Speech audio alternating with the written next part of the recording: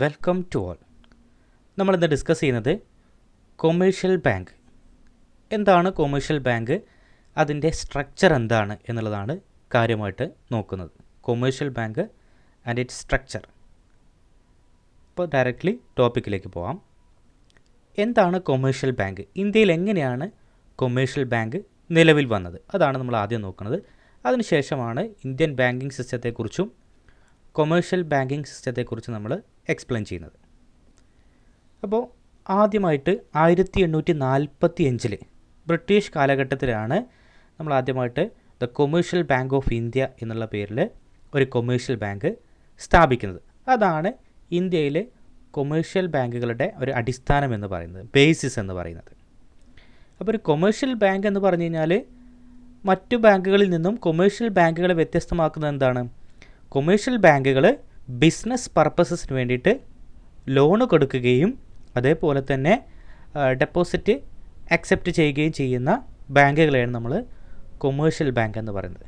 It is exclusively for commercial purposes. Commercial പർപ്പസസിന് വേണ്ടി മാത്രം നിലകൊള്ളുന്ന ബാങ്കുകളാണ് കൊമേഴ്ഷ്യൽ ബാങ്കുകൾ.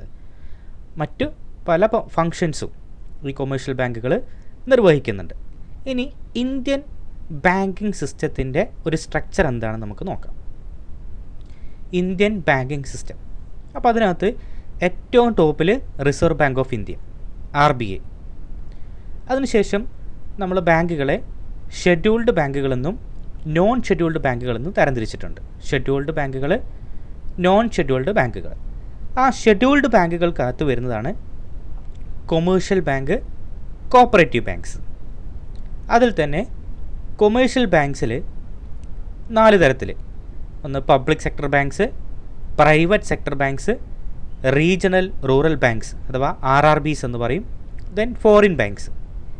ഈ പബ്ലിക് സെക്ടറിനകത്ത് തന്നെ SBI, അതേപോലെ തന്നെ അല്ലെങ്കിൽ SBI group, then nationalised banks, SBI പോലെ തന്നെ ഗവൺമെൻറ്റിൻ്റെ ഉടമസ്ഥതയിലുള്ള ബാങ്കുകൾ. ഇതാണ് പബ്ലിക് സെക്ടർ ബാങ്കിനകത്ത് വരുന്നത്. ഇനി നമ്മൾ കോപ്പറേറ്റീവ് ബാങ്ക്സിൻ്റെ കേസ് എടുത്ത് നോക്കിക്കഴിഞ്ഞാലോ, അതിനകത്ത് state cooperatives, central cooperatives, primary cooperatives, ഇങ്ങനെയാണ് അതിൻ്റെ ക്ലാസിഫിക്കേഷൻ വരുന്നത്. ദെൻ നോൺ ഷെഡ്യൂൾഡ് ബാങ്ക്സുകൾ എടുക്കുകയാണെങ്കിൽ നമ്മൾ കാര്യമായിട്ട് ലോക്കൽ ഏരിയ ബാങ്കിങ്ങുമായി ബന്ധപ്പെട്ട ബാങ്കുകളാണ് ഇതിനകത്ത് വരുന്നത്. അതായത് തന്നെ കോസ്റ്റൽ ലോക്കൽ ഏരിയ ബാങ്ക്സ്, ഇതാണ് ഇന്ത്യയിലെ ആദ്യത്തെ ലോക്കൽ ഏരിയ ബാങ്ക് എന്ന് പറയുന്നത്.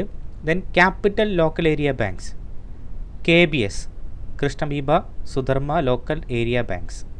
അപ്പോൾ ഇതാണ് കാര്യമായിട്ട് നമ്മുടെ ലോക്കൽ ഏരിയ ബാങ്ക്സുമായി ബന്ധപ്പെട്ട് വരുന്നത്. അതിൽ തന്നെ സുഭദ്ര ലോക്കൽ ഏരിയ ബാങ്ക്സ് ഉണ്ടായിരുന്നു. അതിൻ്റെ ലൈസൻസ് 2020 RBI റദ്ദാക്കി, അതുകൊണ്ട് ഇതിനകത്ത് ഉൾപ്പെടുന്നില്ല. ദെൻ ഡെവലപ്മെൻറ്റ് ബാങ്ക്സ്, ഡെവലപ്മെൻറ്റ് പർപ്പസിന് വേണ്ടിയിട്ട് മാത്രം നിലകൊള്ളുന്ന ബാങ്കുകൾ, IFCI, NABARD, Exim bank, that is export import bank, SIDBI, മുദ്ര തുടങ്ങിയ ബാങ്കുകളൊക്കെ ഡെവലപ്മെൻറ്റ് ബാങ്കുകളായിട്ട് നിലകൊള്ളുന്നു. ഇനി നമ്മൾ കാര്യമായിട്ട് ഫോക്കസ് ചെയ്യുന്നത് കൊമേഴ്ഷ്യൽ ബാങ്ക്സിൻ്റെ സ്ട്രക്ചറാണ്. ഇതിനകത്ത് നമ്മൾ പറഞ്ഞു കഴിഞ്ഞു, എങ്കിലും ഒന്നുകൂടി എടുത്തു പറയുന്നു. കൊമേഴ്ഷ്യൽ ബാങ്ക്സിൽ public sector banks, private sector banks, regional rural banks, foreign banks. അപ്പോൾ നമുക്ക് ഈ സ്ട്രക്ചർ എടുത്ത് നോക്കിക്കഴിഞ്ഞാൽ നമ്മൾ നേരത്തെ പറഞ്ഞ പോലെ തന്നെ കൊമേഴ്ഷ്യൽ ബാങ്കുകളെ 2 ആയിട്ട് തരംതിരിച്ചിട്ടുണ്ട്.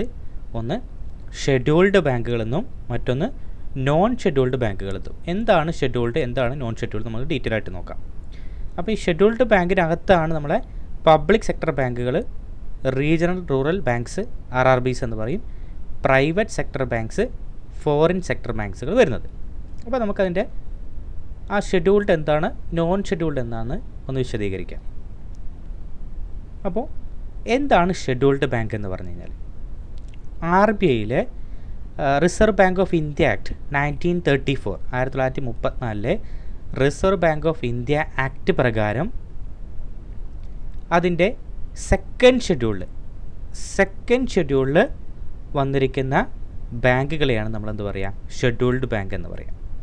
അപ്പോൾ നോൺ ഷെഡ്യൂൾഡ് ബാങ്ക് എന്ന് പറഞ്ഞു കഴിഞ്ഞാലോ, those banks which are not included in the second schedule of reserve bank of India act 1934. അപ്പോൾ 1934 ഈ reserve bank of India act പ്രകാരം അതിൻ്റെ സെക്കൻഡ് ഷെഡ്യൂളിൽ വരുന്ന ബാങ്കുകളെ നമ്മൾ ഷെഡ്യൂൾഡ് ബാങ്ക് എന്ന് പറയും, അല്ലാത്തതിന് നോൺ ഷെഡ്യൂൾഡ് ബാങ്ക് എന്ന് പറയും. അതിനവർക്ക് ഒരുപാട് പ്രൊവിഷൻസ് ഒക്കെ അഡീഷണൽ ആയിട്ട് ലഭിക്കും ഈ സെക്കൻഡ് ഷെഡ്യൂളിൽ ഉൾപ്പെട്ട് കഴിഞ്ഞാൽ. Okay, so that is the classification of scheduled and non scheduled banks എന്ന് പറയുന്നത്. ഇനി ഷെഡ്യൂൾഡ് ബാങ്കിനകത്ത് തന്നെ, കൊമേഴ്ഷ്യൽ ബാങ്ക്സിനകത്ത് തന്നെ നമ്മൾ പറഞ്ഞു 4 എണ്ണമാണ് വരുന്നത്. അതിലൊന്ന് പബ്ലിക് സെക്ടർ ബാങ്ക്സ്. എന്താണ് പബ്ലിക് സെക്ടർ ബാങ്ക്സ് എന്ന് പറഞ്ഞാൽ? These banks are owned and controlled by the government. Public sector bank എന്ന് പറഞ്ഞു കഴിഞ്ഞാൽ ആ ബാങ്ക് കംപ്ലീറ്റ്ലി ഓൺ ചെയ്യുന്നതും അതുപോലെ തന്നെ കൺട്രോൾ ചെയ്യുന്നതും, owned and operated or controlled by the government.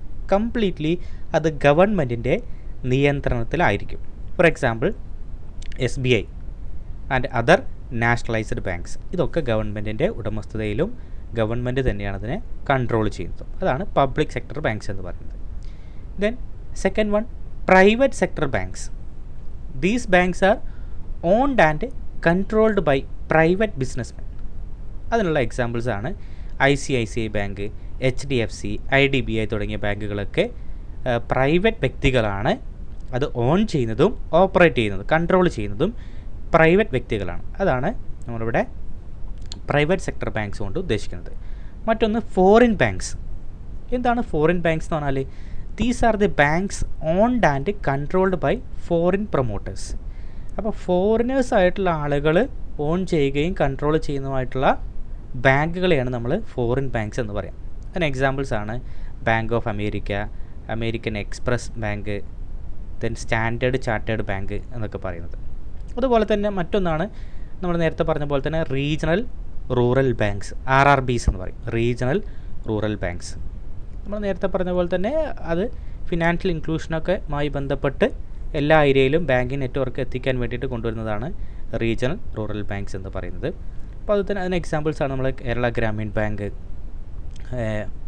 MDC cooperative ബാങ്കാണ്. അപ്പോൾ നമ്മൾ ബെസ്റ്റ് എക്സാമ്പിളായിട്ട് പറയുന്നത് കേരള ഗ്രാമീൺ ബാങ്ക് എന്ന് പറയുന്നു. Okay, so this is all about the structure of commercial banks. അപ്പോൾ നമ്മളിതിനകത്ത് ആദ്യം നോക്കിയത് ഇന്ത്യൻ ബാങ്കിങ് സിസ്റ്റം എന്താണ്, ദെൻ അതിൽ തന്നെ സ്പെസിഫൈഡ് ആയിട്ട് നമ്മുടെ കൊമേഴ്ഷ്യൽ ബാങ്കിൻ്റെ സിസ്റ്റം എന്താണ്. അതിനകത്ത് തന്നെ ഷെഡ്യൂൾഡ് വരുന്നുണ്ട്, നോൺ ഷെഡ്യൂൾഡ് വരുന്നുണ്ട്. എന്താണ് ഷെഡ്യൂൾഡ്, നോൺ ഷെഡ്യൂൾഡ്, ഷെഡ്യൂളിനകത്ത് വരുന്ന 4 ബാങ്കുകൾ, public sector, private sector, foreign banks, regional rural banks. ഈ കാര്യങ്ങളാണ് നമ്മൾ നോക്കിയത്. അപ്പോൾ നിങ്ങൾക്ക് വീഡിയോ ഇഷ്ടപ്പെട്ടിട്ടുണ്ടെങ്കിൽ തീർച്ചയായിട്ടും സബ്സ്ക്രൈബ് ചെയ്യുക. മാത്രമല്ല അതിന് തൊട്ടടുത്തുള്ള ബെൽ ബട്ടൺ കൂടി എനേബിൾ ചെയ്യുക. അപ്പോൾ ഞാൻ അപ്ലോഡ് ചെയ്യുന്ന എല്ലാ വീഡിയോസും നിങ്ങൾക്ക് ലഭിക്കും. മാത്രമല്ല നിങ്ങൾക്ക് ഇഷ്ടപ്പെട്ടിട്ടുണ്ടെങ്കിൽ ലൈക്ക് ചെയ്യുക, ഷെയർ ചെയ്യുക, കമൻറ്റ് ചെയ്യുക. ഓക്കെ, അടുത്തൊരു വീഡിയോ ആയിട്ട് കാണാം. Thank you.